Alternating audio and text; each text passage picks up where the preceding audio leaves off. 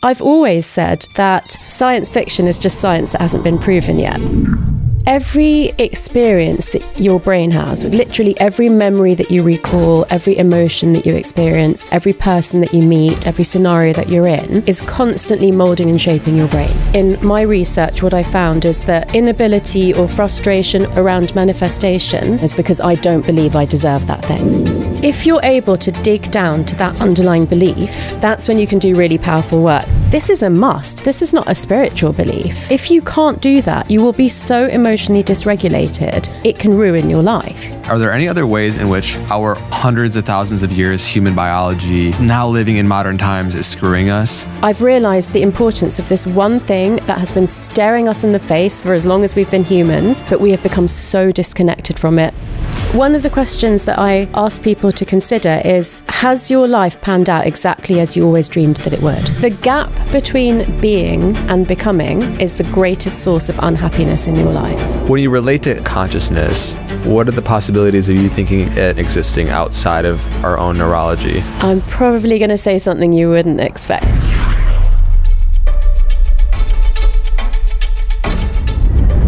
Hello, beautiful beings. Welcome back to the Know Thyself podcast, where every single week we get the honor and privilege to sit down with a brilliant mind to learn more about the true nature of self and the world around us at deeper levels every single week. Our guest today is a leading neuroscientist, a best-selling author, a podcast host, a medical doctor, and in my eyes, she's really bridging science and spirituality and the understanding of both in such a beautiful way. When we use the words law of attraction, intuition, manifestation, what do we literally mean?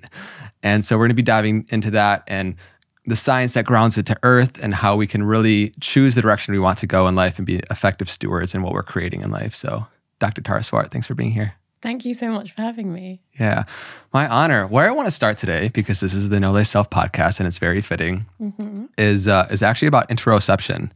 And so I've always loved finding ways in which I can grow my own self-awareness. So what is interoception and what have you found are the most effective modalities to really raise that self-awareness? That is such a great one to pick for Know Thyself, absolutely. So most of us know about the 5 senses that we have, but less people know that we have a lot of other senses like thermoception for temperature, proprioception is understanding where your joints are in space, nociception is for pain, and interoception is an understanding of the state of the physiology of the inside of your body. So it's things like, how do you know when you're hungry? How do you know when you need to use the bathroom? And if you've got young children, then you see that from 0 to 2, they go from not being able to recognize those signals at all to being able to control their bowels and their bladder.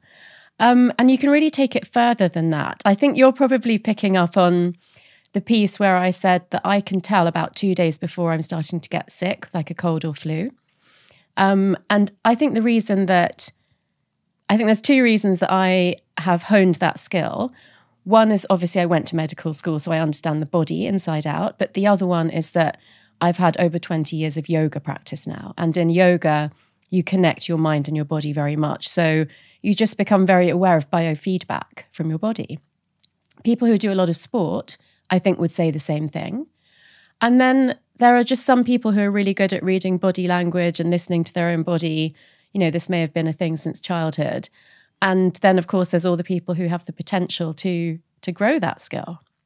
I'm so curious about all the different ways that we can grow awareness, like you spoke to the many different facets in which we can, in arenas of our own physiology and mindset. And I'm curious what you think about extrasensory perception, like outside of just our 5 senses, what people call the 6th sense.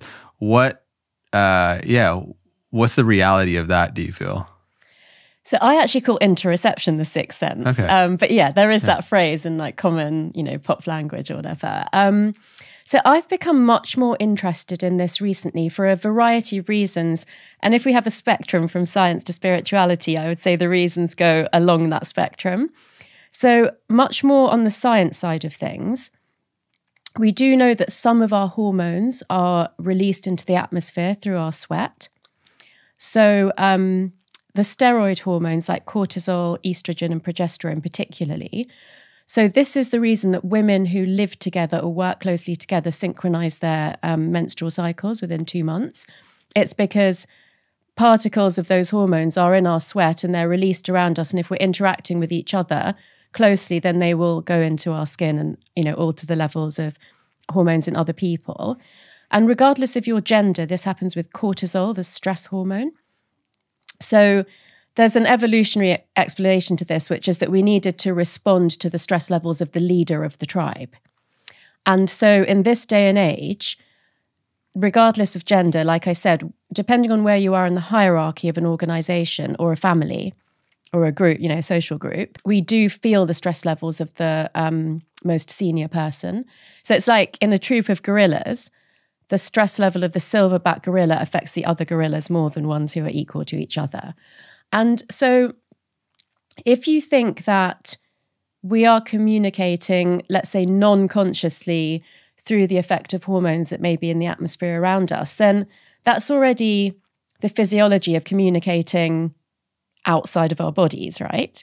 And then I've always said, I grew up in the 70s, that science fiction is just science that hasn't been proven yet. So a lot of things that I watched on Star Trek and Star Wars when I was a kid are, the other day, because we were in LA, I was walking down the road and this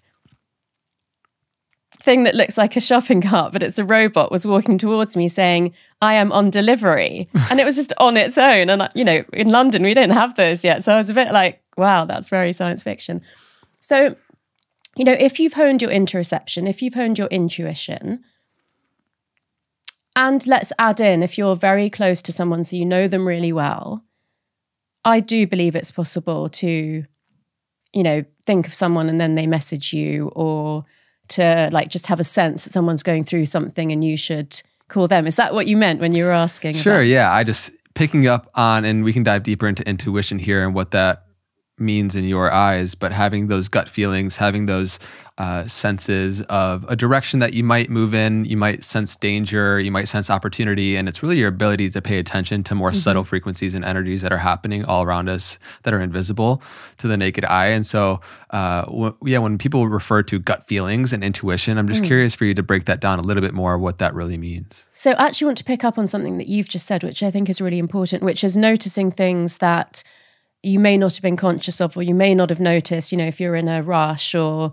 you're distracted mentally. So basically there are a lot of things going on around us that we filter out.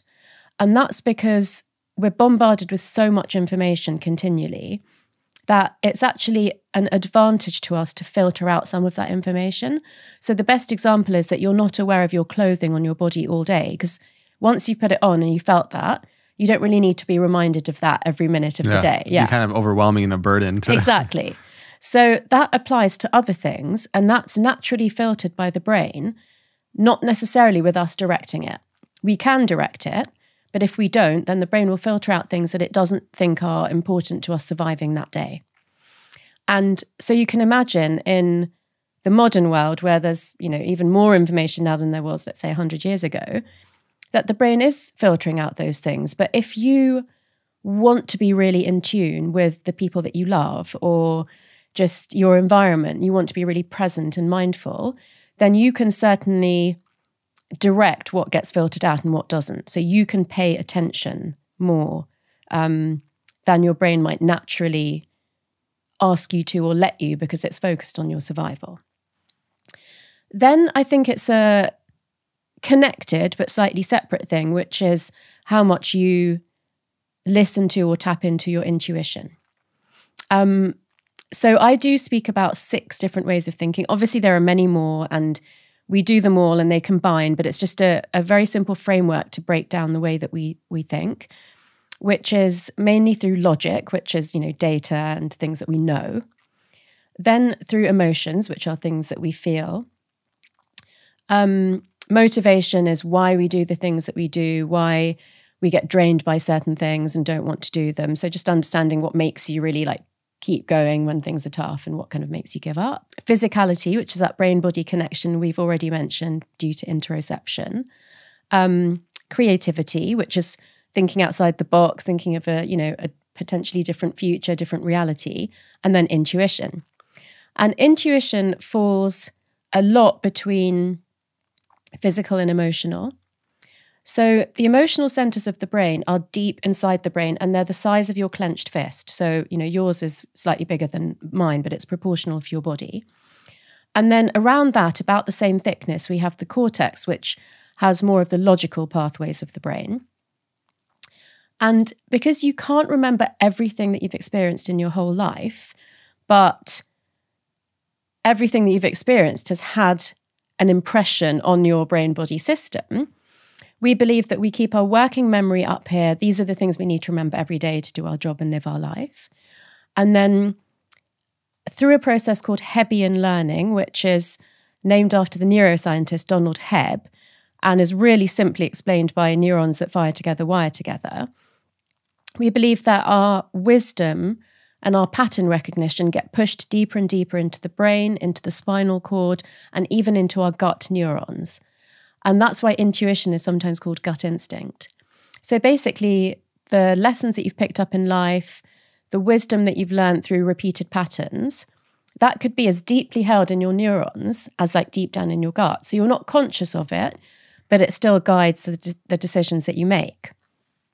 Now, what I've found over the last 10 years or so, particularly the 10 years I've been teaching at MIT Sloan, which is business leaders, is that people would really rely on their logic and say things like, well, I'm not going to make a really important decision like hire or fire on intuition because, that's not, is it even a thing?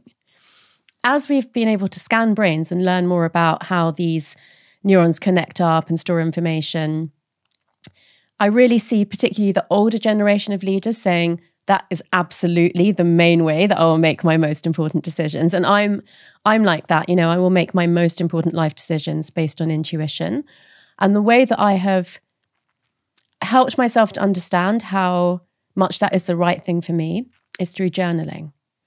So if I journal and I'm writing like, what should I do in this situation? My gut's telling me this, but logic tells me that, or my emotions tell me something else. I basically plot out how things pan out depending on which modality I use to make my decision.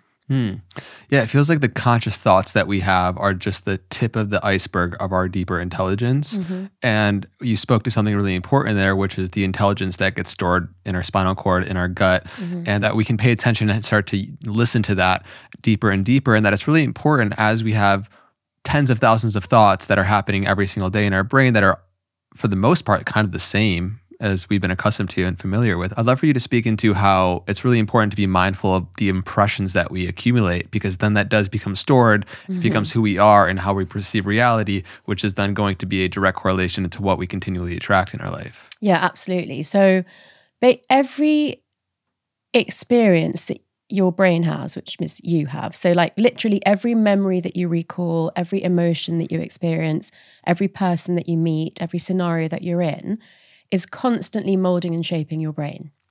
So because of a field of research about neuroplasticity, we understand how much more flexible and impressionable the brain is throughout our lives. This may start to change. I don't even want to use the word decline, around the age of 70, where sometimes things like sequential memories can become a bit disordered, but our wisdom and judgment becomes like a superpower. So it can change towards the end of life, but really throughout most of our working life, let's say, the brain is very open to being changed by everything that it experiences. And the longer that an impression has been held in the brain, the more deeply embedded it is into our neural architecture. So particularly things that we experience from the age of 0 to 7, but also 7 to 14 and then onwards, but those periods really, because they're the longest to go. And if you had a repeated experience or a highly emotional experience, then those are the two main reasons that things get imprinted into your brain: repetition and strong emotion.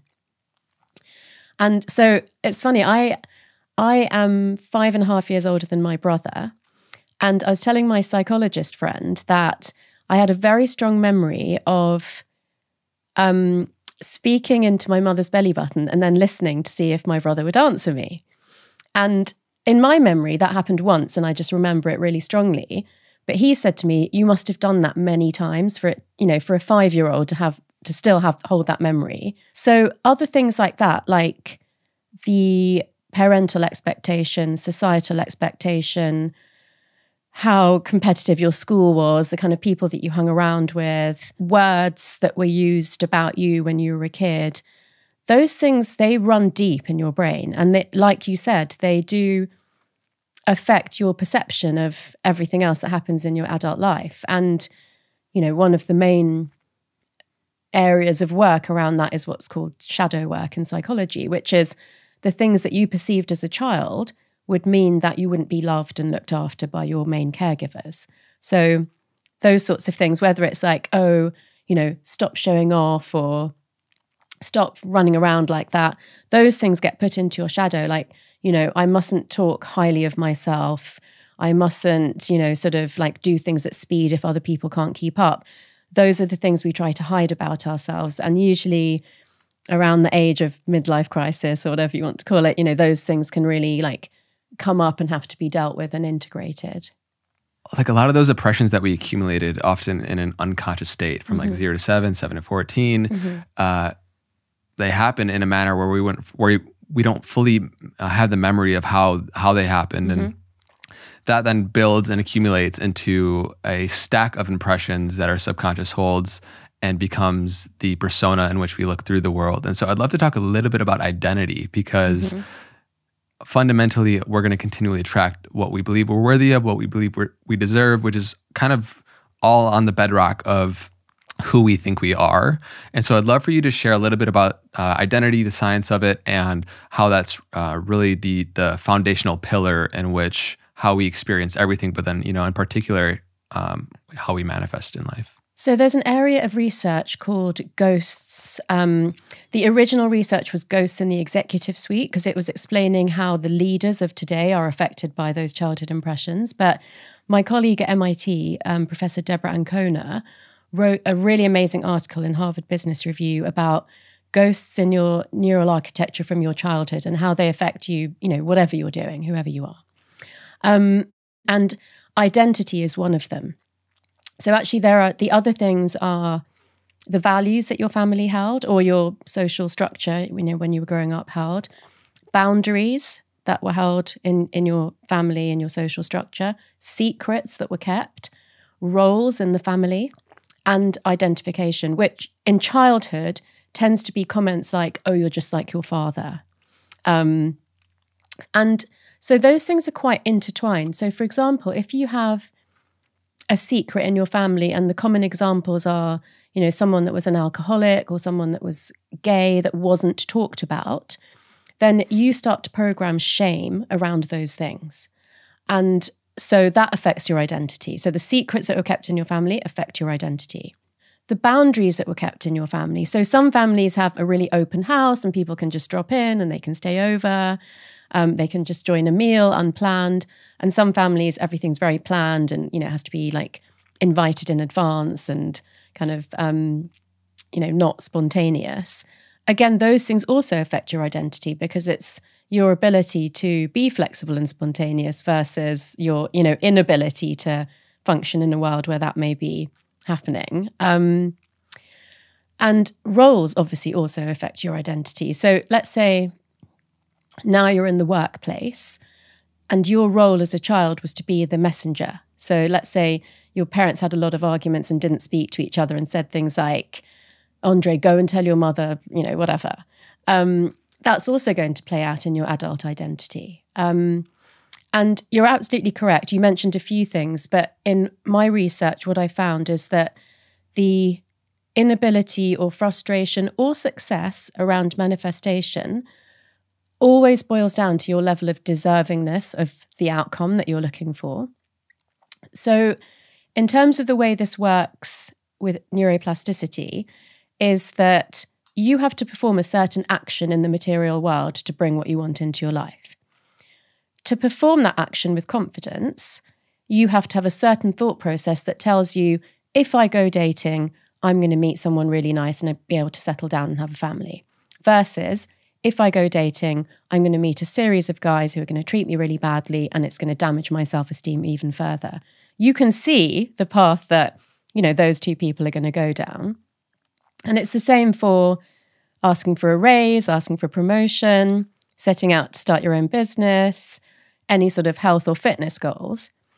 And so behind that thought process will be a set of beliefs that may be conscious, but may be subconscious as well. So you do not even know that that's what you believe about yourself that is starting off the thought process, that is either preventing you or allowing you with trust and faith, to take a healthy risk. So if you're able to dig down to that underlying belief, that's when you can do really powerful work to affect your manifestation. And whatever the particular phrase tends to be, it usually does equate to inability to manifestation is because I don't believe I deserve that thing. The secrets, the boundaries, the roles, values. Yeah. So those things that we pick up, because children, they don't often do what their parents say, but they become who they are inevitably. And so I'm so fascinated in the deep ways, and I know you've studied Carl Jung's work quite extensively in the process of taking our unconscious material to our conscious awareness to be able to work with these things. And I just think that's really important to get to the root of it, because then you're kind of just swimming on the surface of think better thoughts and, but like the root of it is still a rotten tree. And so you're going to kind of keep finding yourself coming back to the same experience of life, attracting the same partners. So anything you want to touch on there before I move on? Yeah, just really to reiterate what you've said. But so in the process of neuroplasticity, the practical process, like day to day, is raising awareness of the thing that you wish to change, or, awareness around what it is that you want to attract into your life, focusing attention on opportunities to bring that into your life. Deliberate practice is the action part, which I'm really strong on. You can't just sit there and think about what you want and not do anything. And then the accountability piece. But you're absolutely right that raising from non-conscious to conscious is the absolute key. If you can't do that, you're skimming on the surface. You might be able to change a few behaviors, but you're not changing the underlying belief. So I always just say that raising awareness is 50% of that battle of change. But the process for that is bringing from non-conscious to conscious what it is that's holding you back. Anything else you want to share on the neuroplasticity of being able to reinvent ourselves? So we might have the desire of, fill in the blank, whatever it might be, whether it's a partner, career, more money, a general sense of well-being. And yet, if we really struggle to bring the unconscious to the conscious, what are some of those tools that bring into people's actions that you found most transformative? I want to go with a bit of just like the philosophy around it first, and then maybe get down to some tools. But so we've talked about not being aware of unconscious beliefs and trying to raise that. But the other piece that I think is really important is, you've talked about something that we desire. I actually call it magnetic desire, which is a desire that is so strong that you will keep going when it feels like nothing's changing. And, the biggest reason that people don't change is that when it gets tough, we think, oh, well, this isn't meant to be, so I'll give up and I'll move on to something else.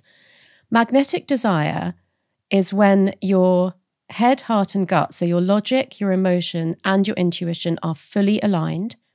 If any one of those things is saying, I'm not sure if that's what I really want for myself, then you can't, all three of them have to be aligned, and the desire has to be very strong, because it's too easy. And what I see a lot is people say that they want things like a family or a certain job or a certain amount of money because that's what their peer group are doing. And what you have to really work out is what you want for yourself, regardless of what everybody else is doing, that you really want for personal reasons, and not for what I would call the wrong reasons, which is that, materialistic reasons or peer, social, comparative reasons.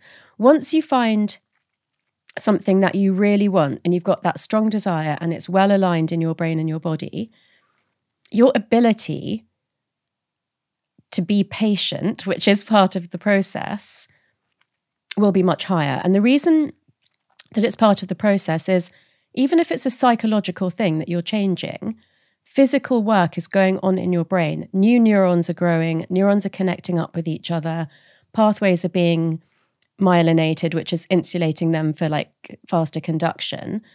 That is hard work. You need to eat more, you need to rest a lot. It's literally physical work. And whilst that's happening, you're tired, your motivation is being challenged, but then it reaches a tipping point where you have enough neurons and a strong enough pathway that you can do the new behavior that's required to get what you want and get out of those old patterns. And then suddenly, you know that feeling, it feels like everything's fallen into place. But that can be after quite a long period of feeling like nothing's working out. Everything's falling apart and definitely not in place. Yeah. Yeah. So that process of head-heart integration, mind-body-spirit unification, I think is ultimately the evolution point of where we're headed as a human species, but on an individual level is the goal. You brought up a really important point of first, you have to even know what you want, right? You have to know what you actually desire. And often that's a byproduct of releasing all of these old stories and identities that we talked about earlier. What do you feel like ultimately people truly want? It might manifest in however people look in their life and how they think they're going to get it. But what are the core tenets of what humans truly you feel need and want? Well, as you mentioned, I am a fan of Carl Jung's work. And so I believe that self-actualization and individualization are the ultimate goals in life. And what that means is you reaching your potential, you becoming the best version of yourself, you know, for want of a better phrase, living your best life. And I think it's very easy with social media to think living your best life is a set of things that are determined externally. There is an idea of what a best life looks like, but that may not be your best life or my best life. So, really understanding your purpose. I mean, having a purpose that transcends yourself is really important in terms of your own mental health, your physical health, your longevity, but it contributes to those things because it's the healthiest state for you to be in. And if you're striving for something that is not authentic for you and is very externally validated, that causes dis-ease in the system. And it can literally make you sick or it can just make you unhappy. And what happens in that scenario is that you may achieve the amount of money that you want to earn or the place that you want to live, but deep down, you're not actually happy. So finding out what it is that will truly make you happy. And I'm not even really saying that, like being super happy all the time is the goal. It's the thing that means that you are the person that you're meant to be in the place that you're meant to be, doing the things that you're meant to be.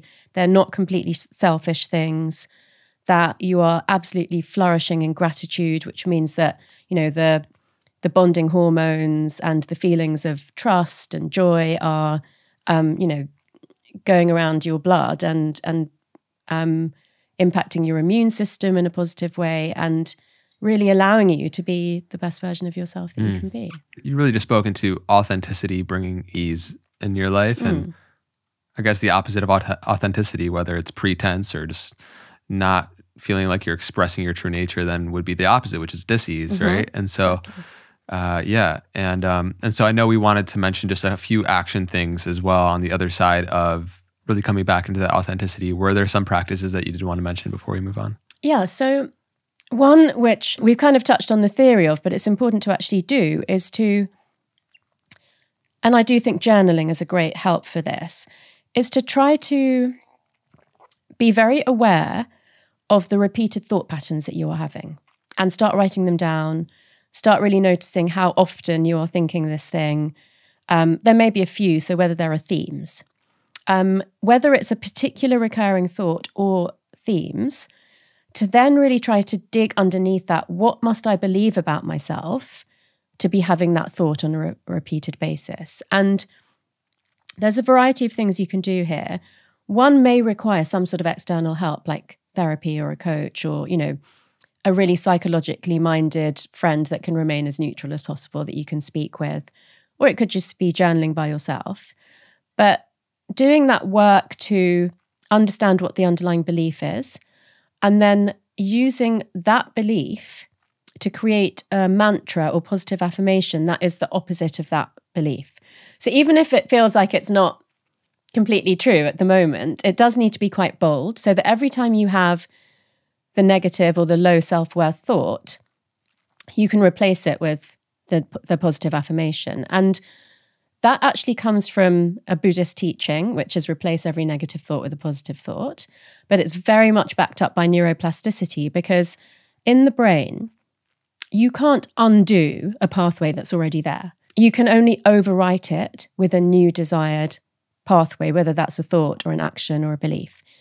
So if you as soon as you can, and then eventually before you even really start fully having the negative thought, you think of this positive mantra, and you say it out loud, you write it down, you share it with friends, as much as you can. You have it, maybe I have affirmations written up on my bathroom mirror so that at least every morning and every evening I see them. You can start to overwrite that belief in your brain. I really love the understanding of it's simply neural pathways that we're strengthening, right? And if we've cultivated and accumulated impressions to the point where we are very accustomed to having a pessimistic outlook on life, we can eventually get to that point where we can have an abundant outlook on life as we start to strengthen, the neurons that wire together, fire together. So can you speak to myelin sheath and how we can really strengthen those? So one of the questions that I ask people to consider is, has your life panned out exactly as you always dreamed that it would? And if not, where are the gaps? Because that can help you start to identify what your purpose or your dreams might be. And, when we were kids, before people said, oh, don't do this, don't do that, don't say this, we actually genuinely had quite a strong idea of what we wanted to be, who we wanted to be. So maybe going back to some of your childhood dreams as well, they're all ways of helping you work out your purpose. And it may be that, let's say you wanted to paint and draw and you loved that. Maybe for various reasons you can't be an artist full-time as your profession, but you could bring back painting and drawing into your life and just see how much joy that brings you and what else it opens up. So that's an example. So in terms of how deeply embedded all these impressions are that we pick up in life, there's 3 ways that we embed information in our brain. One is called neurogenesis, and that is the fact that we have little embryonic or baby nerve cells floating around in our brains. Now, from 0 to 2, there's a lot of them in our brains, and there's a massive amount of growth in the brain from 0 to 2, from being completely vulnerable and unable to even survive by yourself, to walking, talking, potentially up to 5 languages simultaneously in the first 2 years of your life. Having opinions, being able to control your bladder, your bowels, make choices, etc. It is definitely less so in the adult brain, but we know that those embryonic cells exist around the hippocampus part of our brain, which is where we lay down memories. So obviously for a large part of our lives, the majority of our lives, we are able to lay down new memories. And you asked me before about extrasensory perception. So I do believe, from what we know at the moment, that we will find that there are embryonic cells in other parts of the brains, but we just don't know that yet. The second and most common form of neuroplasticity in the adult brain is synaptic connection. So neurons are, they have a long body, and at either end they have what's called a synapse. And it's kind of like a bud at the end of the neuron. Between 2 neurons, there's a gap. And when an electrical signal passes down a neuron, it induces the release of chemicals into that gap that are taken up by the other synapse. So there's a presynaptic end and a postsynaptic end.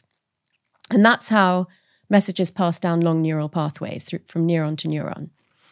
And the ability to connect up with other existing neurons is quite strong in our brains. And my favorite example is learning a new language. So when you learn a new language, you're using neurons that are already in your brain because you know how to speak, but you're just coding that for a new language. And then the third part is myelination, which, you're right, is a fatty sheath that coats some neural pathways. And it means that that pathway is more insulated, so we have faster conduction of electrical and chemical messages along that pathway. Now, there's a reason that we have some fast pathways and some slow pathways. We don't want everything to be a fast pathway. So if you put your hand into a fire, your reflex to snatch your hand out of the fire is a fast pathway, but your pain reflex is a slow pathway. Because if you felt the pain of your hand burning immediately, you'd be incapacitated. So what tends to happen is you snatch your hand out of the fire, and then after a few seconds, you're like, wow, that really hurts. I can feel it now. And again, that's an evolutionary mechanism to help us escape from predators. Yeah, I just love the analogy that cultivating an abundant outlook on life is like learning how to play the piano. Like you're just creating these new pathways, and it's going to be a process and a journey. And that's actually, that's an inviting perspective. Yeah, I actually did that during the pandemic because I don't know if you know, but I take on a new neuroplasticity learning every year. Mm-hmm. And so in the summer of the pandemic, I was learning to play tennis again, which I had up until the end of high school, but then not since then. And it was so interesting to see that muscle memory and just the kind of mental memory come back as well. So my progress on that was quicker than if I had been trying to learn a completely new sport that I'd never played before. And I could see that, it's obviously very tangible. And then, there was definitely a period of time during the pandemic where this is extremely privileged, but I felt really depressed about the fact that I couldn't travel anywhere. And I sort of thought, I'm alive, I'm healthy, I'm actually in like nice surroundings, for being locked up at home. This is not okay. And can I do here what I've seen myself do with tennis? And so I basically did 6 months of being able to, with less effort, see all the positives in a day rather than focus on what wasn't happening that I wanted to happen. And a little bit like I said with the whole tipping point thing, I was working on it and it was fine. And then there was literally a moment where I kind of stepped outside and I just looked around at the flowers and the sky and the weather and thought, this is just so beautiful. I'm so happy to be here. And immediately recognized this is quite different to the way I had been thinking for a few months. And it's important to share with our audience that the strongest gearing of the brain is called loss avoidance or loss aversion. And that is a survival mechanism which makes us 2 to 2.5 times more likely to focus on loss or potential loss than the equivalent amount of reward or potential, gain. And so it is really easy to focus more on the things that aren't going right than the things that are. That's natural for us. So just flipping ourselves to noticing more the positive things because they are there. And even if they're not, then to take it to the next stage and bring more positivity into our lives is the mechanism of abundance, which is one of the 6 things, that I mentioned in terms of manifestation, which is changing that gearing to being more abundant in your thinking rather than scarcity, the magnetic desire that I mentioned earlier, and the patience, because sometimes it can take, longer than you would like and you need to keep your motivation going. And there's some other things around it, but those 3 are the main ones to be really aware of.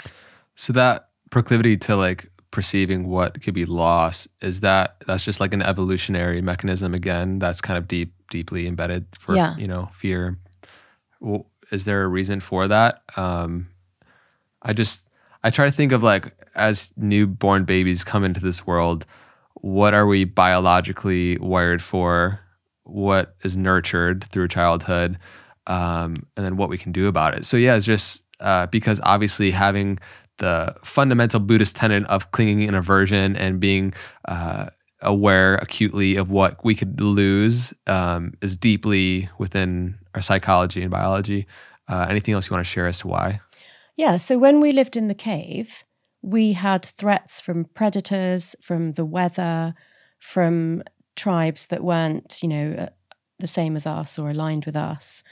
And so to survive, we had to be at least twice as much on the lookout for things that could, things that could bring in disease, things that could bring in like scarcity of food.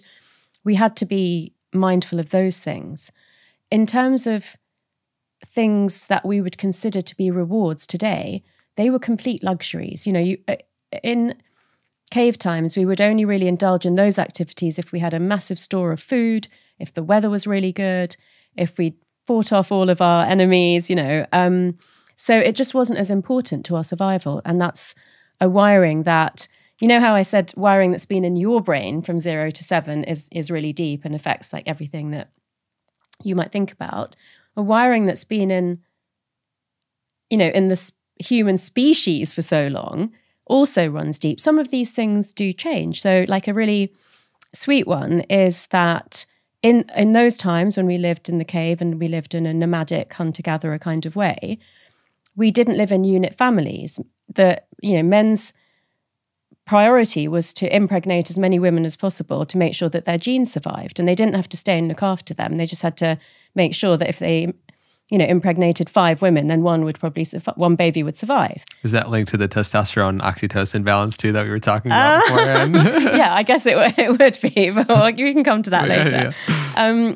In this day and age, most societies do ask that we live in a unit family, that the father stays with the family, after he's impregnated the woman.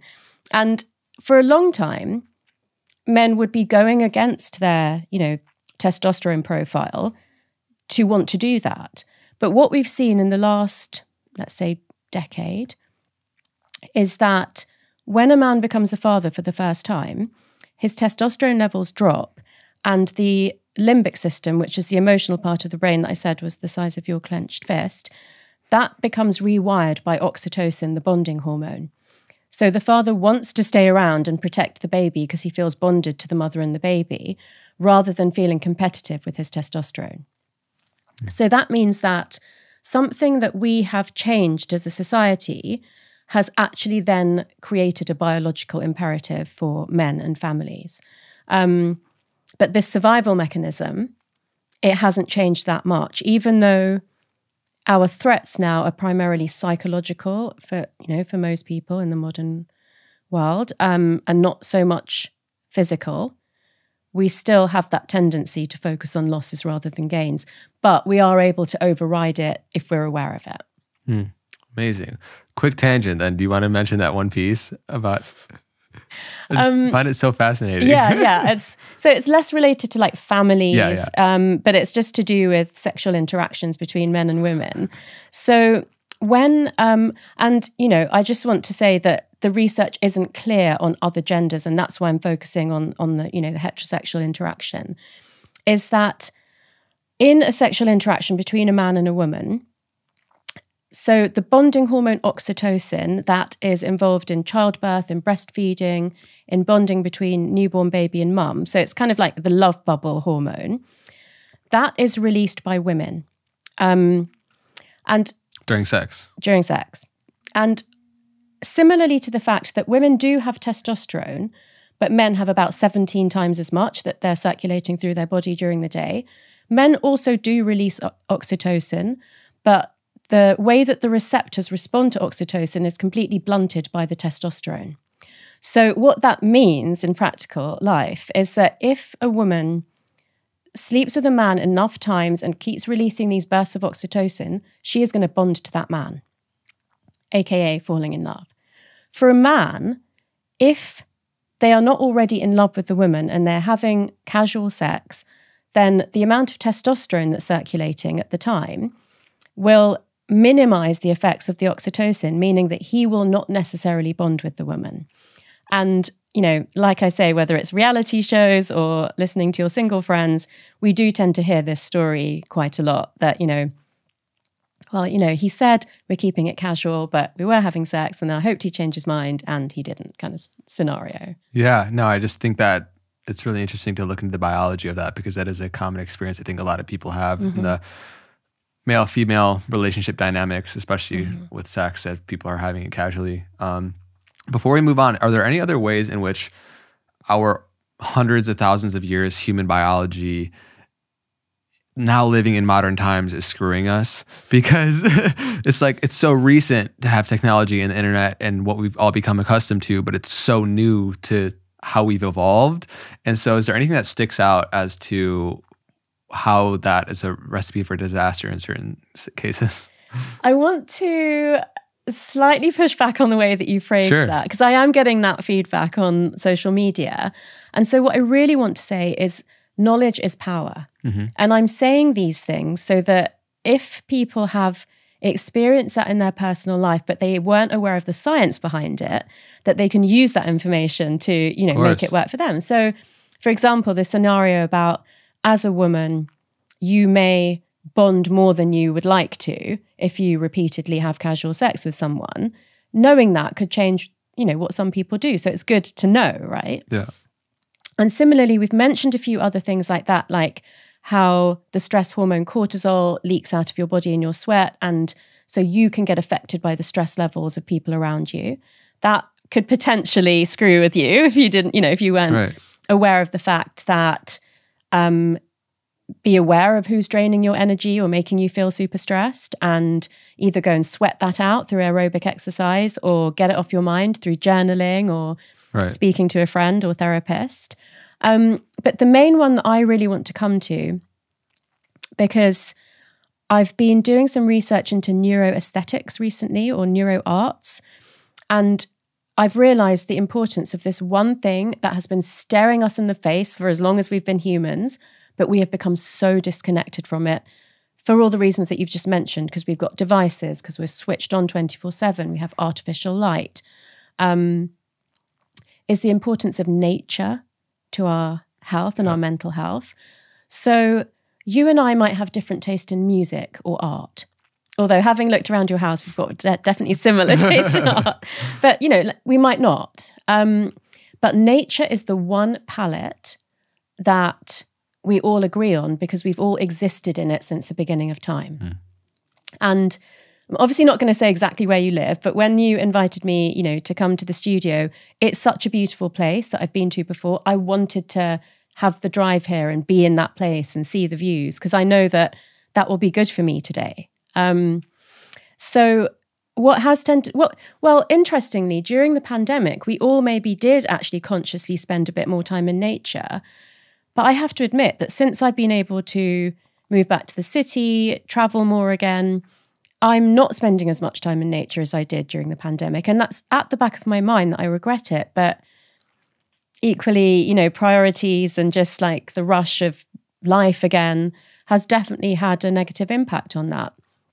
So when we spend time in nature, we kind of know that it's got, you know, mental health benefits and health benefits. And there is research that shows that if you spend enough time in nature on a regular basis, it actually can increase your lifespan. And not just that you live longer, but you live healthier for longer.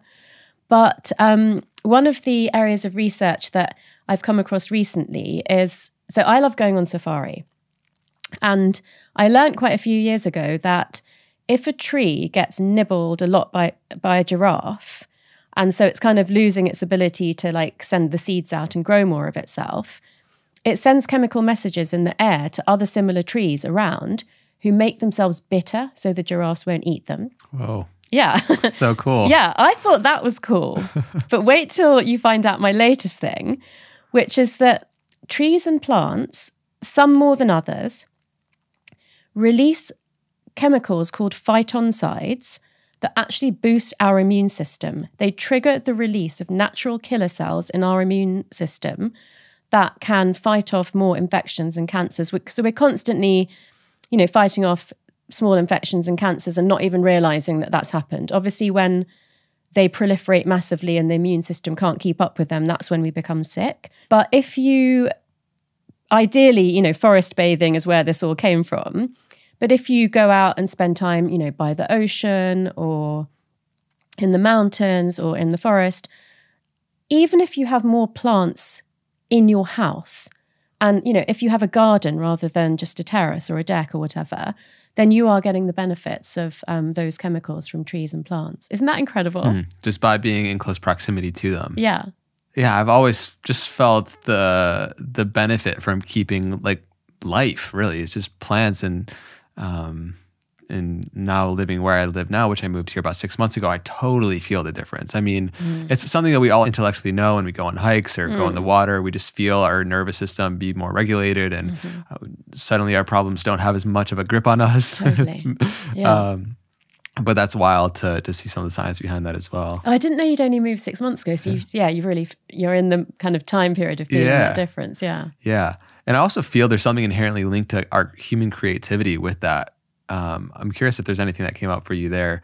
There's so much that I want to dive into you with, but I feel like the more that we find ease within ourselves, which can come by product of being in nature more, we get more access to just kind of like this effervescent creativity of wanting to express instead of the alternative.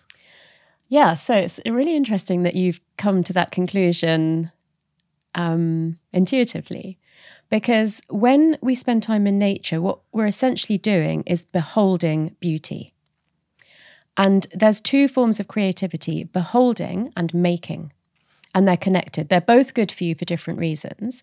But when you are consciously spending more time beholding beauty, which you're doing without even thinking about it by being in nature, then it connects up in that pathway in your brain to wanting to make beauty as well. And so whether that's drawing, painting, singing, chanting, humming, dancing, and again, let's relate this back to when we were in the cave. You know, we were talking about why we would look out for loss more than reward. Well, even before we could speak, we were like beating drums, we were dancing, we were humming, we were doing cave paintings. And we used to think that cave paintings were a way of demonstrating the success of a hunt. But we understand now that it was much more planning the hunt, because we couldn't speak to each other. I couldn't say to you, let's go and kill a woolly mammoth today, because then we'll have loads of, fur and fat to get through the winter. But I could draw that with you and help, get you to understand that's what my plan was. But in those days, it was literally all about survival. We didn't really do things for fun. Everything had a reason. So why were we dancing and humming and beating drums?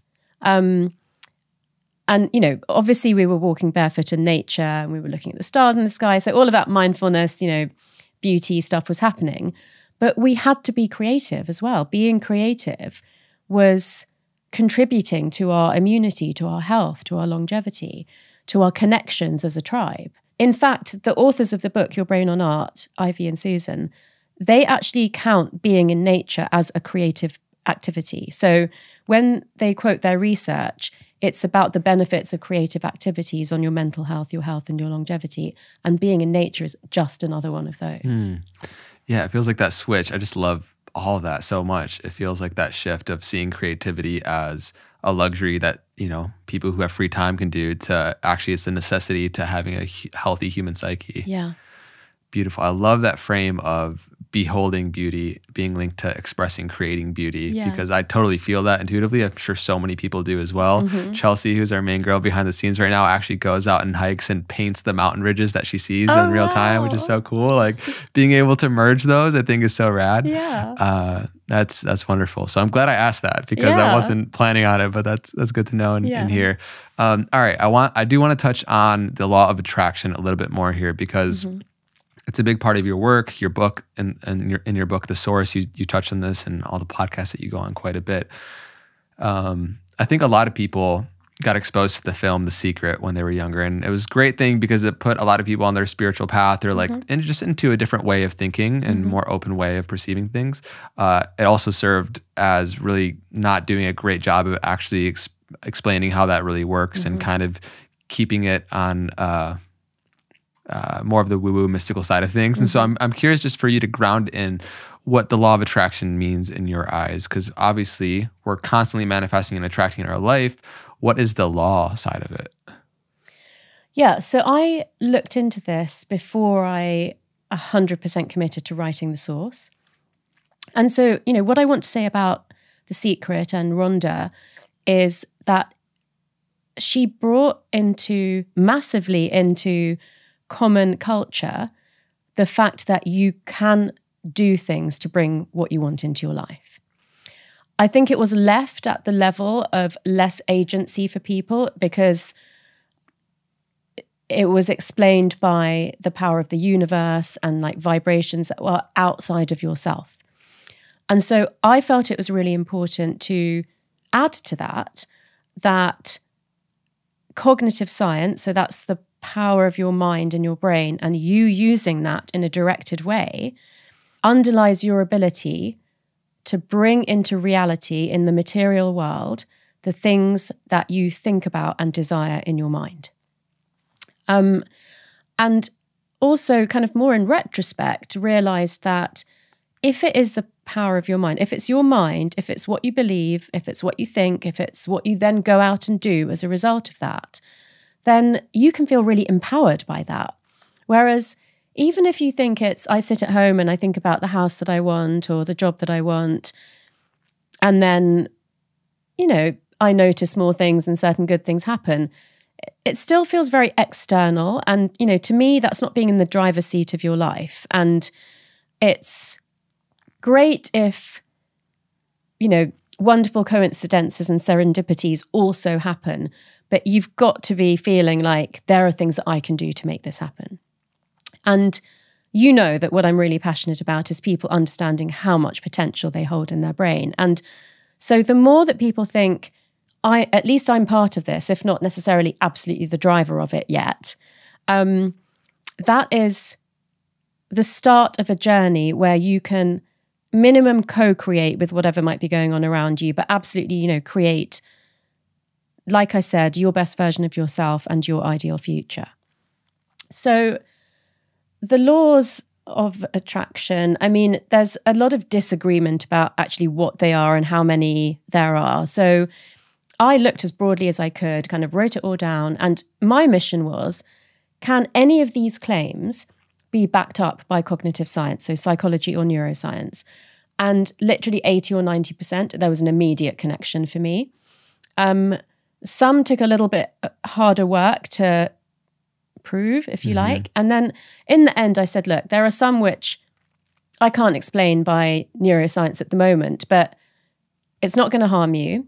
So you can either leave it out or you can do it anyway, just based on faith.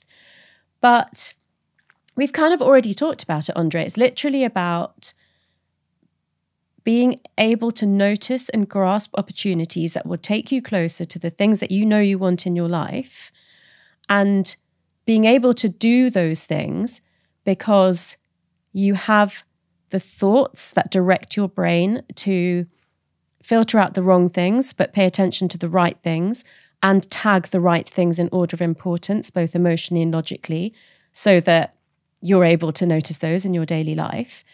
And that you have the, you know, underlying belief, like we said, that you deserve those things. It really just comes back down to that. Yeah, that switch from lack mindset to an abundant outlook that we spoke to earlier.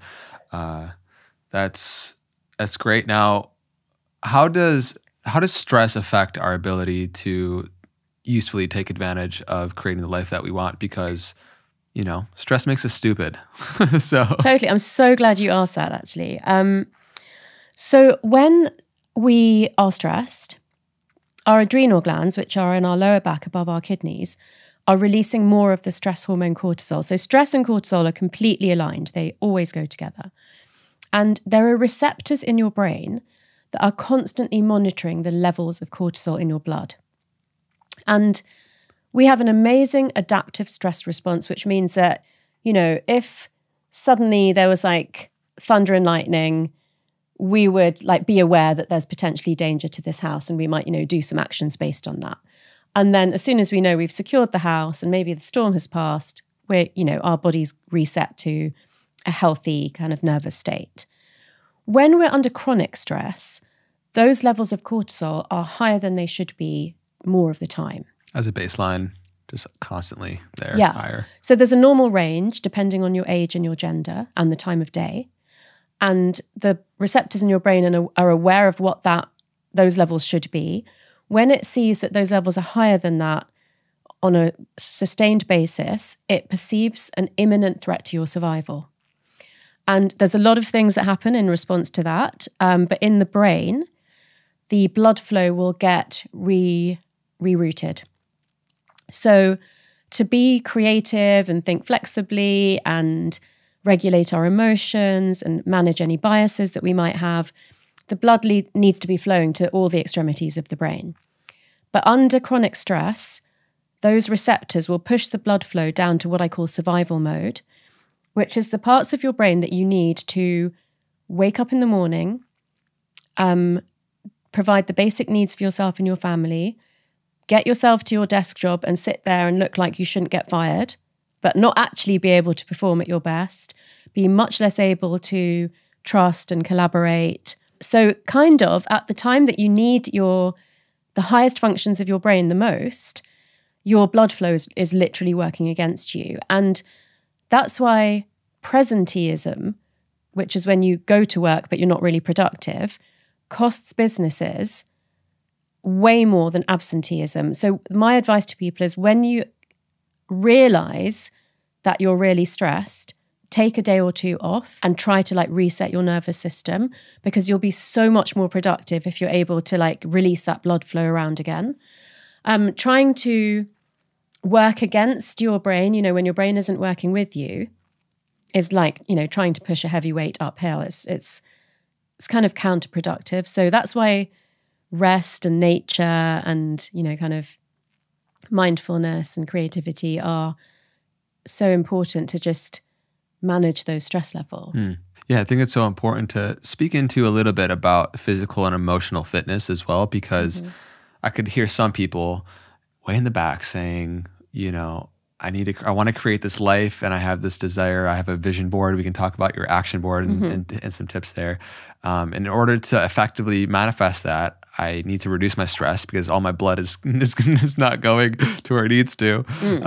But on the flip side, I gotta feel less stressed to get those things, and to get those things, I will feel less stressed, and it's it's a rat wheel. It's kind of confusing, but I would just love for you to speak into resiliency and also being patient along the process there, because oftentimes in this culture, especially in modern society, Western culture, we want things right away.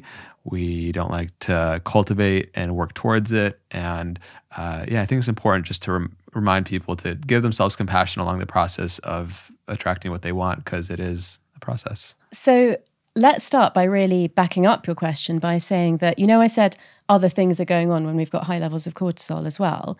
So one of the other ones is that, because we talked about the blood flow in the brain, when you've got high levels of cortisol going through the blood in your body, it's actually eroding your immunity.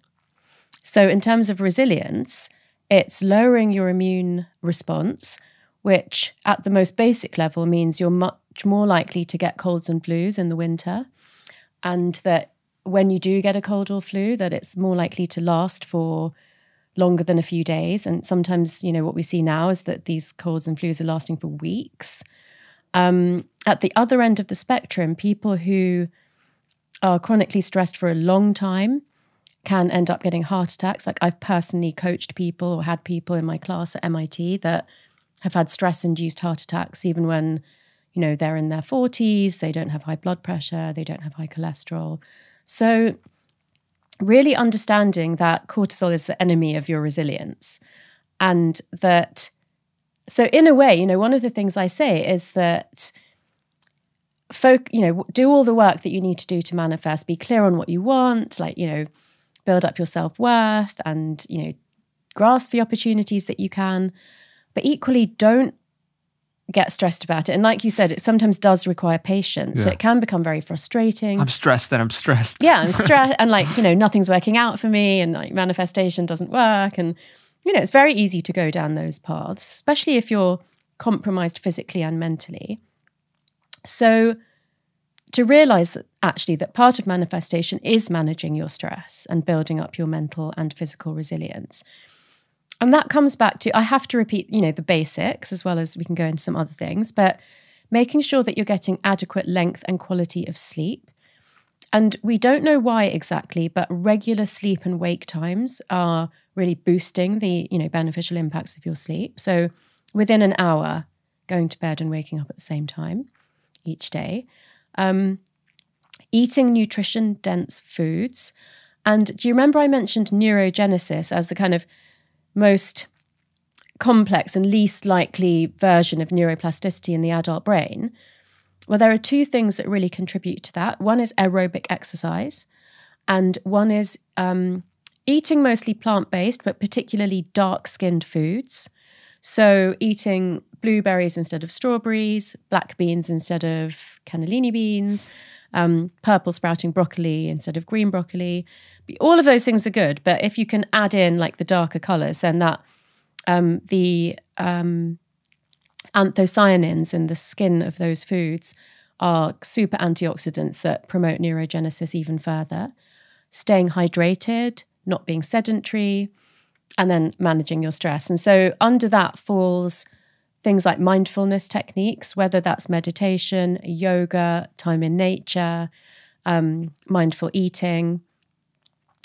And then I think everything else that we've said, like you said, understanding that it is a process, that it is hard physical work, even though it feels very psychological and intangible, that it does often take longer than you would like. I mean, and what I find personally is that it happens in sort of like rhythms and cycles.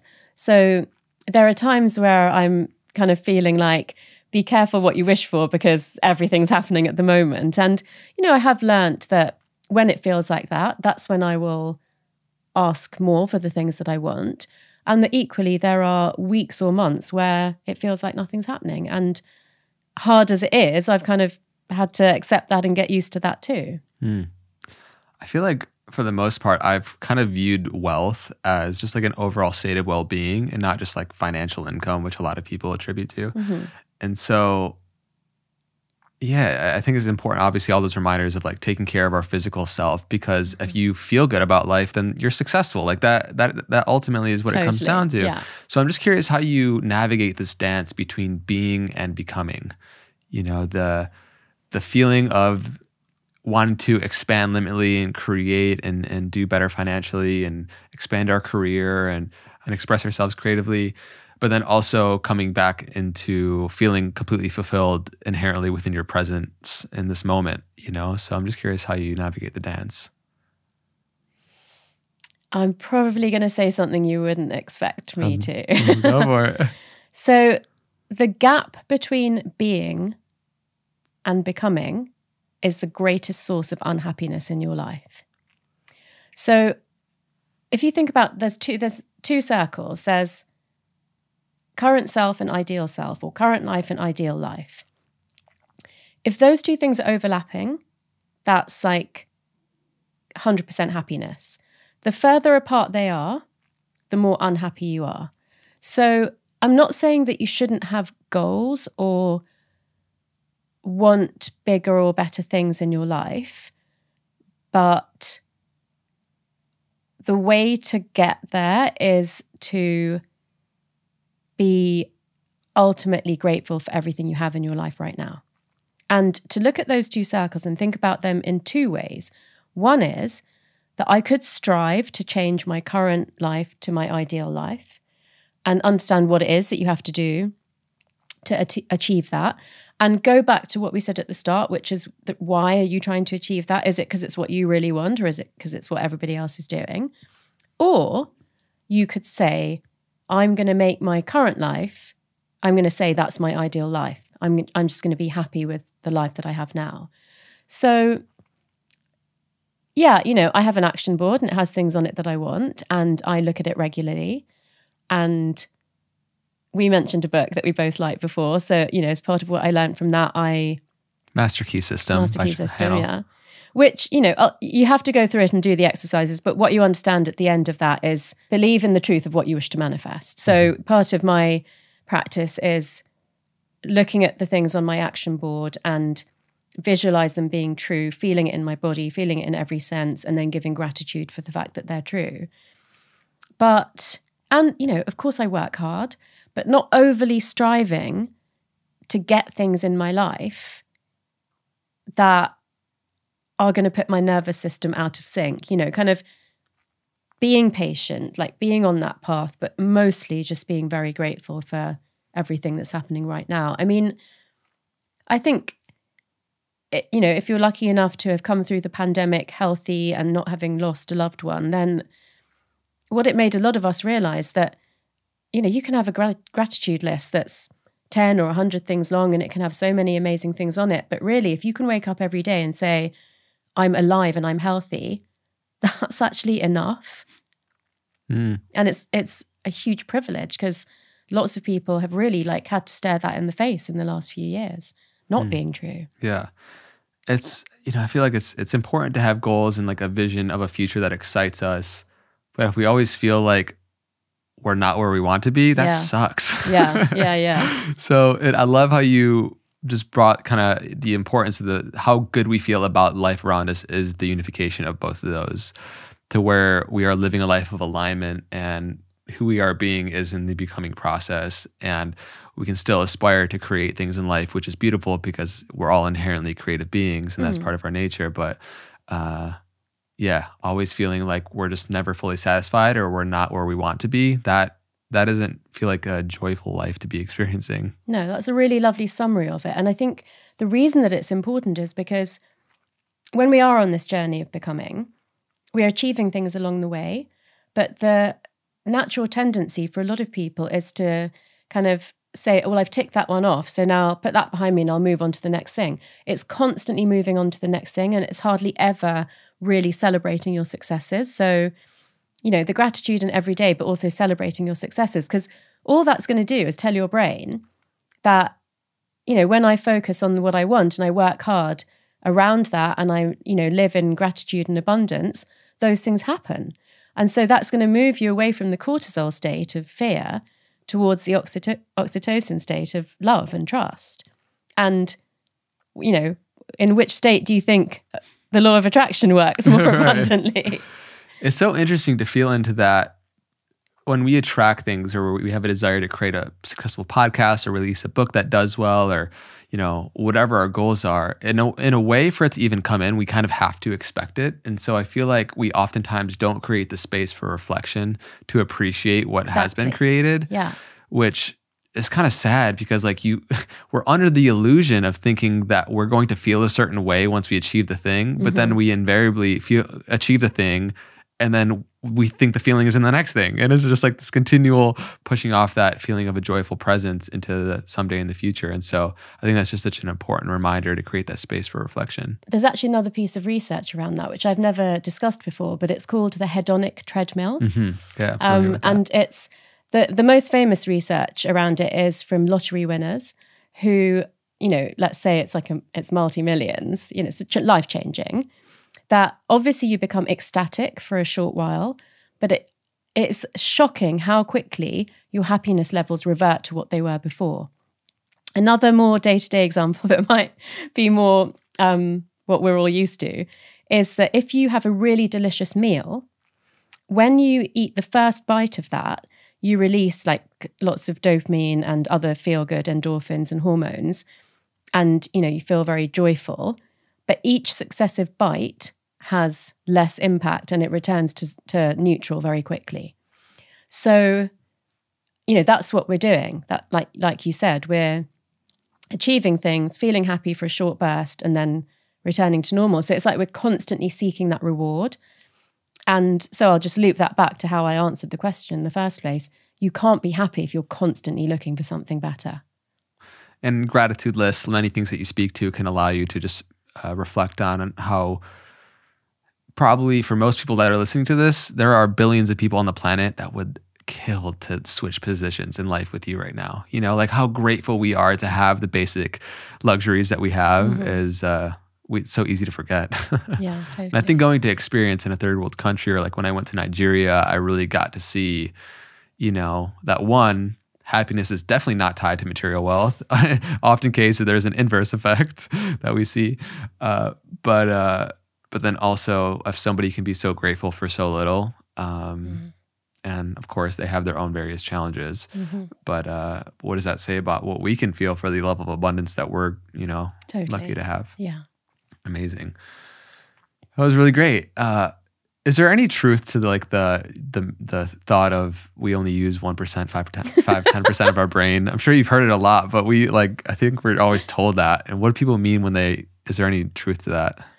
Yeah, so funnily enough, I was actually having this conversation with someone recently because they asked me about neuromyths that bug me. Yeah. So I think the thing to say is that what exist as neuromyths now are things that we used to think were true, but we now know that they're not, as scientists. But sometimes those phrases, they stay in popular culture for a lot longer. So since we've been able to access sophisticated scanning technologies to look at the brain and the body, we've understood some things differently to how we understood them before. Because prior to that, the only way we really understood how the brain worked was if we looked at brains where something had gone wrong. So if someone had a stroke, or like in neurosurgery, if someone had like a brain abscess or a brain tumor, then as we felt around, that area of pathology, we might notice, this is when we touch this part of the brain, it affects the way the person can speak, or even things about how we understand that the right side of the brain controls the left side of the body and vice versa.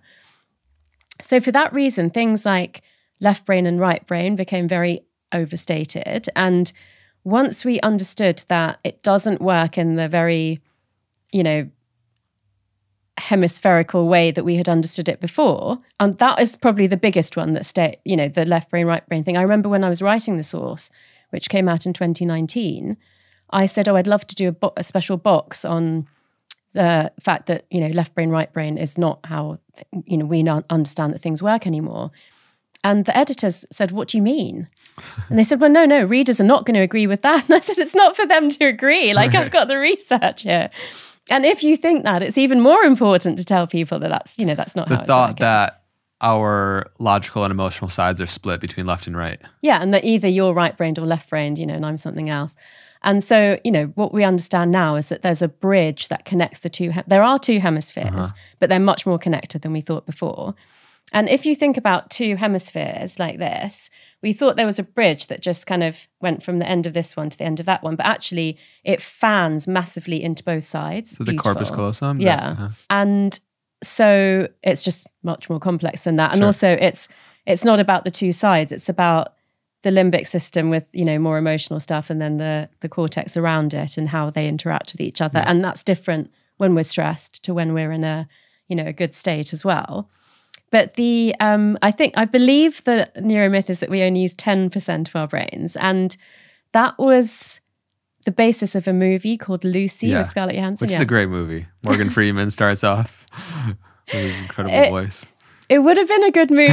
You hate it because of the neuromyth. Yeah. But I liked there's just so many good parts of it, but I hear you on the spreading. Yeah, look, I love the idea that we can access more potential in our brains. But it's just not true that we only use 10% of our brains. Yeah, we use all of our brain. We use different parts of it at different times for different things. Sometimes it's much more interconnected than others. Interestingly, when we're indulging in creative activity, it's the most connected. Music is like massively connecting different parts of the brain. When we're doing creative things, we're using the visual parts of the brain, the auditory parts, the imagination centers, the association center, which connects all of that up, and we're probably moving as well. So I think rather than think about it like that, to think that are there ways of thinking that I'm not accessing as much as I could? We tend to focus on reusing our strongest pathways. So for me, that's definitely intuition and probably logic. But like I said, with my yoga practice, I've definitely built up my physicality aspect much more. With age and wisdom, I've regulated my emotions much more.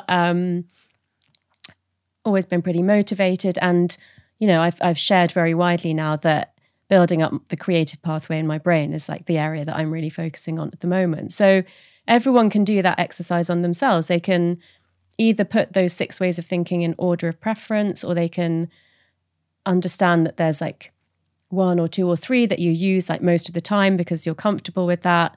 1 or 2 that you could use if you had to in a different kind of scenario. And then maybe 1 or 2 that you underuse that you could kind of try practicing more. Interesting. Very fascinating. All right. I want to try to take you into some uncharted territory. I thought you've been doing that.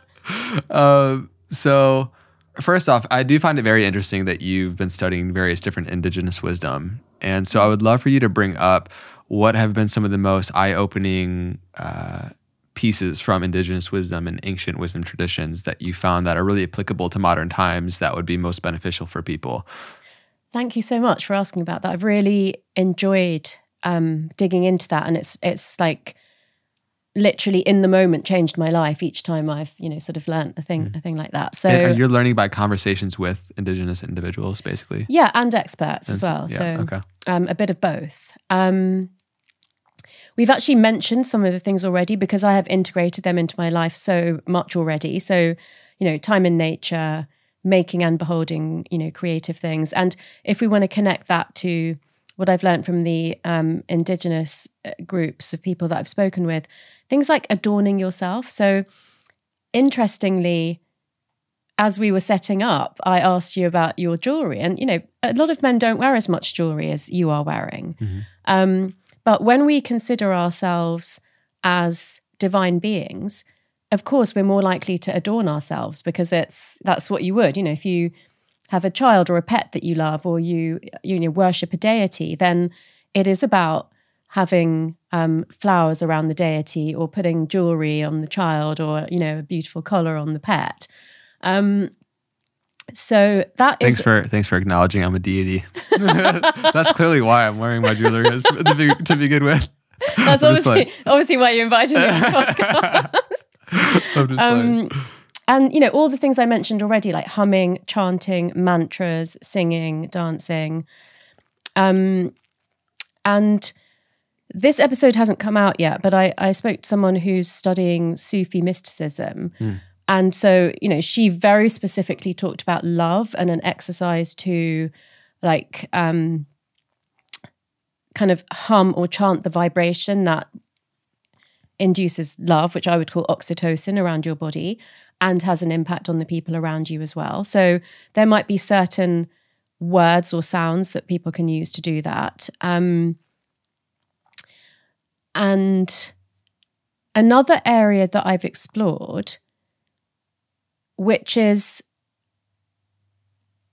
more ancient cultures are more comfortable with than us, are things like reincarnation, near-death experiences, past life memories, terminal lucidity, and mind sight. So terminal lucidity is where people who have dementia, or they've had some kind of brain injury like a stroke, and lost their levels of consciousness, so either their memory or their ability to recognize people or understand the passage of time, suddenly become completely lucid towards the end of their life. So this tends to happen in the last hour or day before death.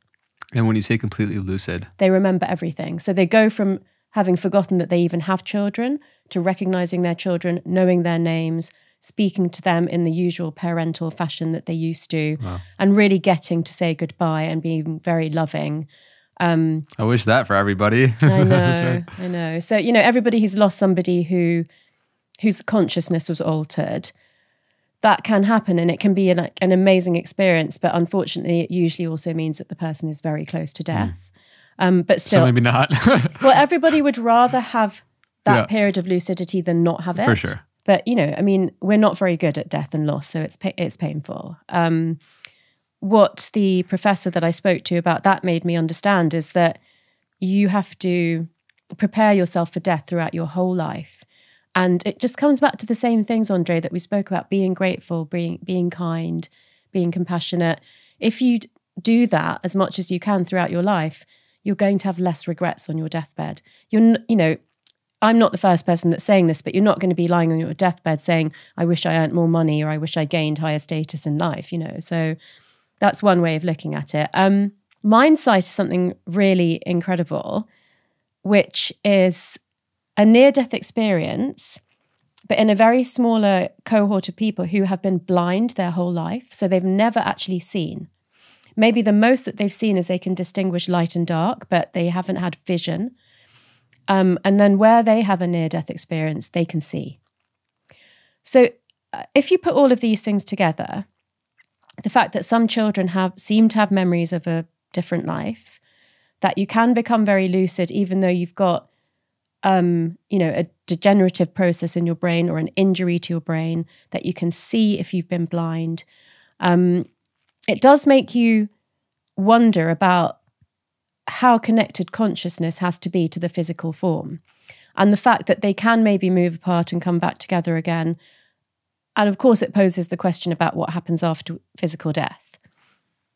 So in different ancient cultures, there could be a belief in reincarnation, there can be a belief in the spirit world, there can be a belief in reading signs. And so all of those things can help us to become more comfortable with death, and therefore allow us to live our life in a better or, slightly different way. And just, in summary, because I do actually think we've covered most of the things, it really does come back to a connection with nature and the land and the cycle of nature, the seasons, the, eating seasonally and eating plant-based, respect for animals, respect for, vulnerable groups or marginalized groups. I guess all the things that actually make you happy in life rather than the things that we tend to think of when we talk about manifestation. Yeah. Incredible. Yeah. I see you as somebody who's very much so like a doctor of the future. I feel like in the direction we're moving, it's really important to have the language of modern science, but then also not neglecting the incredible intelligence that's been cultivated through these wisdom traditions that have preceded modern society and have so much to share. Mm-hmm. And so when you're speaking to whether it's terminal lucidity or mindsight, or NDEs or and the upper, I'm just so curious at the upper limits, if there is one, but the upper potential of human consciousness and what we can do, for example, in like Maha Samadhi, where people can cultivate the ability to at will leave their own body. Whether or not people believe that, there's these yogic claims of what becomes possible as you go on that path of the science of yoga being one of union. And so I'm curious what you make of the realm outside of what science is currently able to understand and dictate, but nonetheless, people have very real experiences and often don't feel the need to try to explain it logically. Yeah, I would say that you're absolutely right. Yoga, the meaning of yoga is union. The meaning of Ayurveda is the science of life. And so, and the Vedas are, as far as we know, the most ancient scriptures that exist in the world. And the yogis, the people who practiced Ayurveda and yoga, and yoga is not just doing poses, it's something like much bigger than that. Yeah. Just one limb of what? That's just one of 8 limbs of yoga. So there are reports of people from those ancient times who, meditated for hours and days and weeks in grottos in the Himalayas, being able, there are things we actually know about, like being able to walk on hot coals, being able to like not feel pain.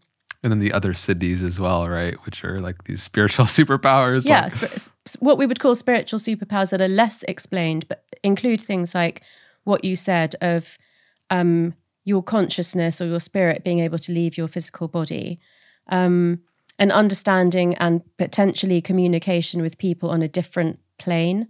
So, depending on what your beliefs are about what happens to someone when they die, whether it's reincarnation or that their consciousness from this life exists in a different astral plane, and, whether or not you can communicate with that. There are so many things like that that haven't been proven by science. But what I want to say is they keep coming up in cycles.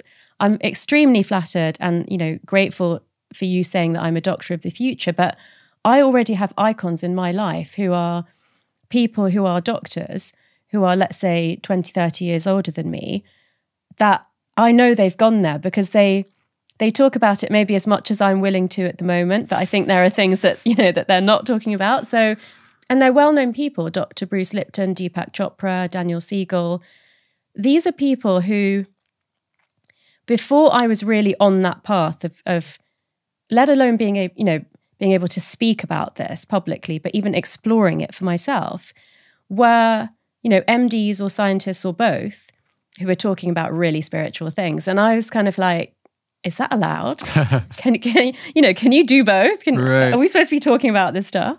What bums me out is not being open. I know.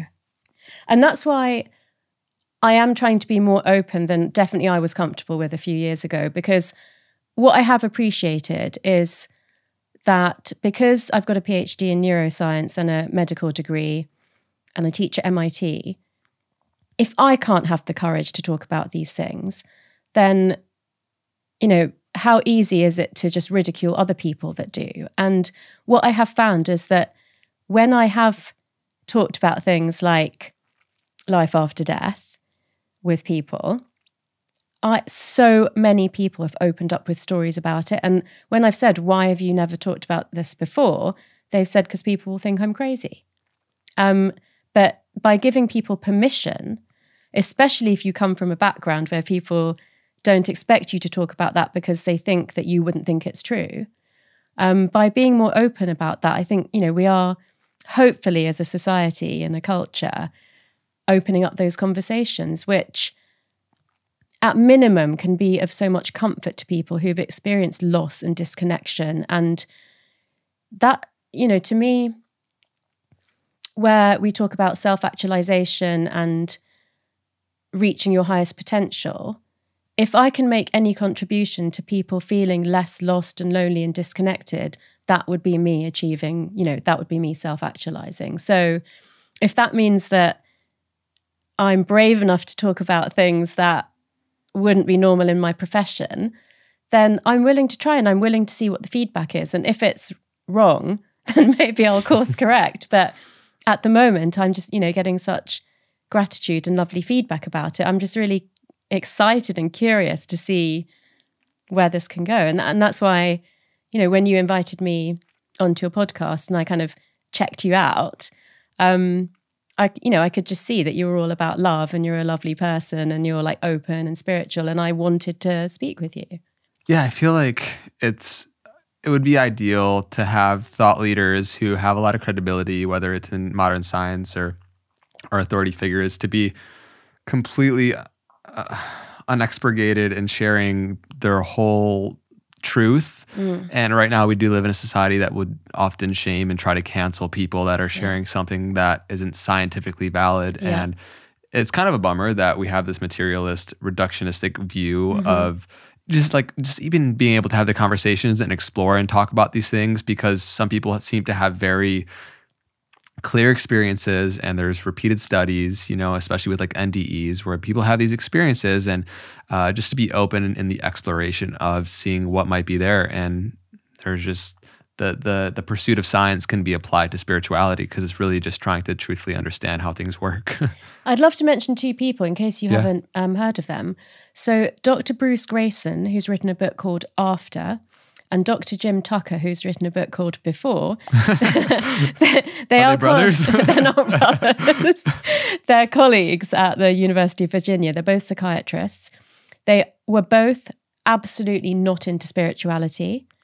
But as they were having their, younger careers as psychiatrists, kept coming across. So for Bruce, he kept coming across examples of near-death experiences. And for Jim, he kept coming across examples of past life memories in children. And at the start of their careers, because they've been in their careers for like 50 plus years now, there were very few documented cases of either of these things. But now there are so many. And it is absolutely true that there are more of them in the sort of Eastern cultures where people believe in reincarnation. But there are enough now in the United States of America, including in very Christian families who that's not in keeping with their beliefs, that it's now an area of scientific research. It's not an area of spiritual research.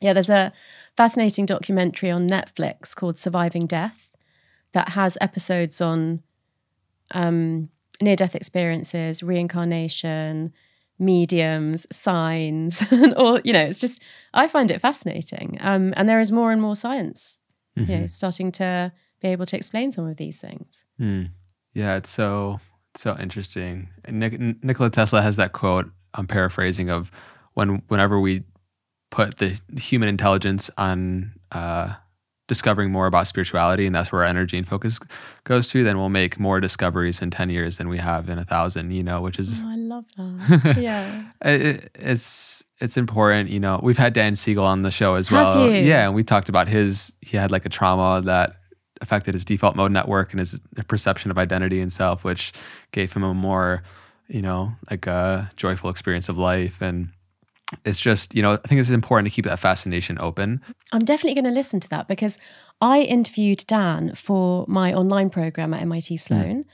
And I had the opportunity to say to him that when I changed career, so I'd been a doctor in the NHS, and then I did an executive coaching course and I tried to start up a freelance practice as a coach. And what I realized was that most coaches in the UK anyway fell into either the category of like a retired business person or a former psychologist. And because I was an MD psychiatrist, I didn't fall into either of those categories. I was actually rejected from a group that was like the Society for Psychologists and Executive Coaching. They wouldn't let me join. Look at you now. They did later ask me to do a keynote. That's funny how that works. I know. So I felt very alone at that time. I'd left my former career, all the stability and certainty of that. I was starting out something new. I didn't feel like I was accepted by any group. And I read Mindsight by Daniel Siegel. And I saw that he was an MD psychiatrist. He'd created this amazing model. And that literally made me feel like there was somewhere that I belonged. And I got to say that to him when I interviewed him I was a professor at MIT by then, with a very successful coaching business. So yeah, I got to say that. I mean, he'd already agreed to be interviewed, but when I said that to him, it was a real little bond. It was really nice. Yeah. Yeah. That's beautiful. I'm curious what, and I'm perhaps bringing you to the edge of what you might want to even explore or share, but when you think about consciousness, what are the possibilities of you thinking it being fundamental and existing outside of our own neurology? Is that something you're even willing to entertain, like as a possibility? Does this feel weird to bring up? as a neuroscientist, I'm sure, especially with your colleagues who often think, no brain, no consciousness, right? Mm-hmm. Eastern Indigenous wisdom traditions would say otherwise. Yeah. What say you? Until very recently, I would have said I'd be willing to like have that conversation, but I probably... Yeah. I would definitely say that, there was no evidence for it to be true. Until a little bit less recently than that, I would have said absolutely not. About 15 years ago, when I changed career, I had a conversation with a psychologist friend. And this is actually known as the hard problem of neuroscience. Can consciousness exist without physicality? And I said to him, obviously, all thoughts and emotions and everything that makes us human emerges from neurons and chemicals. And he said, Tara, how could you say that? He's a lot older than me. He was a mentor of mine. And I said, how could you not? And I completely believed that as a neuroscientist, that the only way that anything to do with consciousness can occur is that it emerges from these neurons and chemicals and electrical signals. I have to say, I have definitely moved, way along from that. So like I said, probably like during the pandemic, where I actually said that, we're heading for a mental health crisis. The only thing that can avoid that is some kind of spiritual revolution.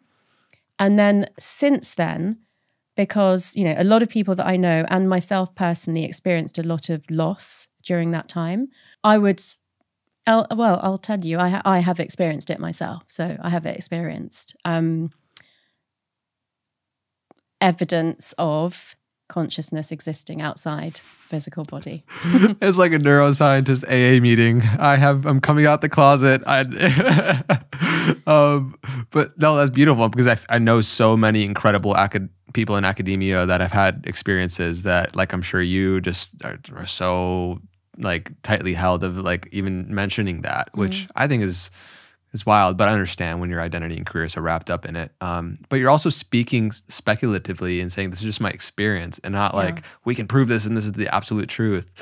Well, it's my experience. And like I've said, once I've started sharing that with people, I've heard so many stories like it. And I've delved into interviewing the director of the Viktor Frankl Institute, whose research is on terminal lucidity, and looked into the research from University of Virginia and stuff. So it's very exciting, and I think, having said this on your podcast, I would love it if your listeners would share any experiences that they've had like that, because I think this is the only way that we can help each other. And let's not be another generation of people that nearly get there and then don't make it, and everybody else has to start again from scratch. So that experience that you had, was it amidst like in a yoga practice? Do you want to share anything? Have you shared anything about that? I mean, so for me, it was never during yoga or meditation. It's experiences that I've had, either like sleep is obviously a bit of a transcendental state. I've had so many now. It's like, it's a bit like manifestation. Once you believe in manifestation, you fit, like I said, you're like, be careful what you wish for. And it's the same with, whether you want to call it extrasensory perception or signs or communication across planes, it's the same. Once you understand it and recognize it, it's happening all the time. Yeah.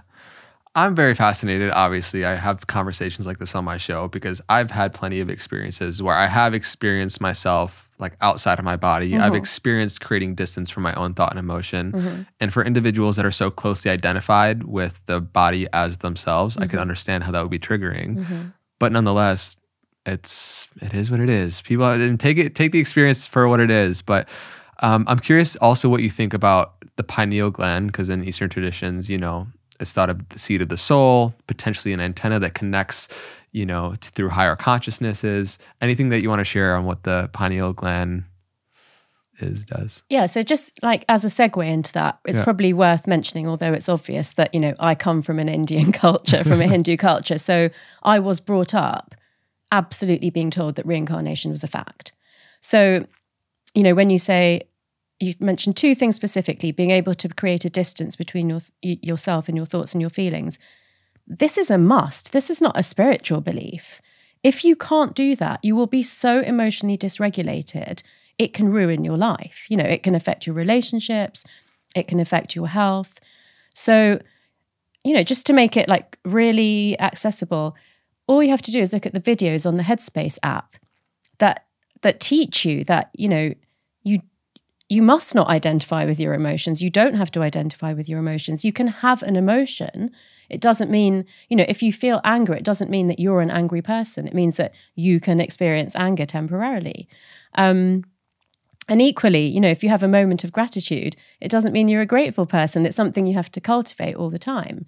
So that one I wouldn't even consider that as an alternative thought. The being able to, the experience of being outside your body, probably because, my parents were first generation immigrants from India to the UK. I was, brought up with yoga and Ayurveda and reincarnation. I was experiencing that as a child. And then I think I lost that ability, because I probably lost the belief in it, because I started, questioning things like that. There are plenty of people that say they do that. That one is a bit more spiritual, but sure, and a lot of materialists would say, well, you're having the experience of being outside of yourself, within yourself, but how do you prove that? Yeah. So it's like... Yeah, exactly. And then there are things that are like, way more difficult to explain than those things. And I have completely forgotten the question. The pineal gland. Okay, the pineal gland. So like when I looked at the laws of attraction, I've looked at the chakras of the body and been able to align them with like various glands throughout the body, like kind of in similar places. And so the pineal gland is often calcified, so it can take on calcium from the body, and just that kind of gets embedded around it. So when we look at brain scans, it actually appears as white in the area of your third eye. And so that, for a long time, has led to people saying that it is your third eye, which is like the seat of your soul. And so... Again, we don't know, it's not proven, but it does appear on brain scans in that sort of, area. And whether or not it is the antenna or, doesn't really matter. I think, what matters is that we perceive it potentially as a physical representation of the third eye. It's more important to understand potentially what the third eye is and why it might be important in your meditation practice, or, in the way that you consider your spiritual health.